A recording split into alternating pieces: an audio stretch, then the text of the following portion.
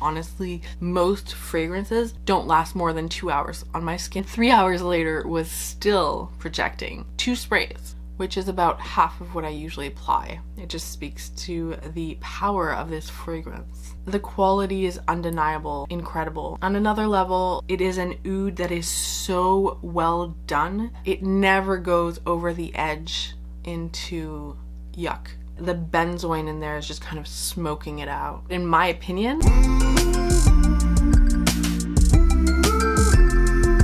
hi everyone, welcome back to my channel. I'm Charlotte. If you don't know me already, I do videos on beauty and fragrance. And if you're a returning subscriber, hi, thank you so much for being here with me. I just have a really quick little fun, impromptu, non-scheduled video for you today. And that is a mini review of the iconic, the infamous Maison Francis Kurkdjian Oud Satin Mood. I have been testing this out, you guys. I've been testing this out. Oh, I love that I can still smell it out of the atomizer. I was worried that at first I wouldn't be able to smell it because it didn't have a cap. But you know, it just speaks to the power of this fragrance that I can. This is amazing, you guys. This is so beautiful. I have some notes here that I just want to share with you. Let me see if I can find it. Okay, yeah, so I've worn it a few times, and every time I wore it, I only wore 2 sprays, which is about half of what I usually apply.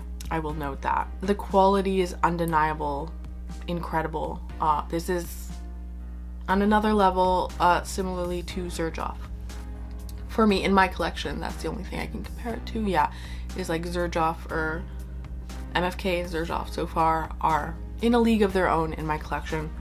It's just, there's an amazing sillage with this, an amazing scent bubble. This is the smoothest oud I have smelt. It is an oud that is so well done. It feels realistic in the sense that there's something very natural in it. There's something slightly animalic in it, but it never goes over the edge into yuck, into the yuck territory, if you know what I mean. It's so well done. So well done. Like, to me, it's like, if you don't like this oud, you might not like oud. Or if you've had trouble with other ouds, strong ouds, like, it's so beautiful. It's velvety, rich. Let's see, what did I say about it? Smooth oud. The violet adds some powderiness, but not too much like other violet perfumes, because you know I have a little bit of trouble when there's too much violet. And the benzoin in there is just kind of smoking it out.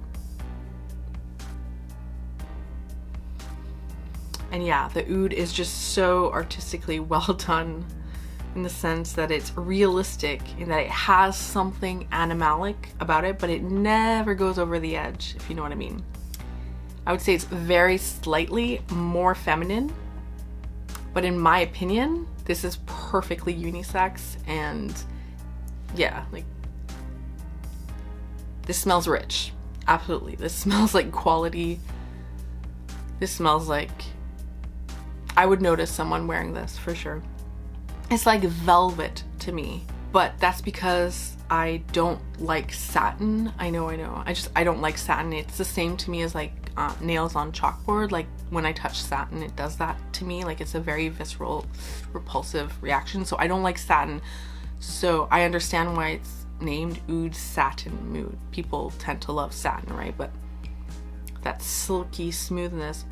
But to me, it's more like velvet. I really did a detailed notes for this. So I said that it was still projecting 3 hours later, which for me is a lot, because here you go. This is where I'd like to have a little bit of your input down in the comments below. I'd like to know what your criteria is for testing fragrances, because for the longest time, I was kind of putting that off because it didn't seem like there was a clear-cut way for me to compare fragrances. Because sometimes it's based on your own interpretation of what is considered still projecting and what is a skin scent, especially if you smell a lot of fragrances. So I decided to just have a baseline, like, compare with all my fragrances, and I've noticed that honestly, most fragrances don't last more than 2 hours on my skin in terms of projection. After 2 hours, even the stronger designer scents tend to be skin scents after 2 hours.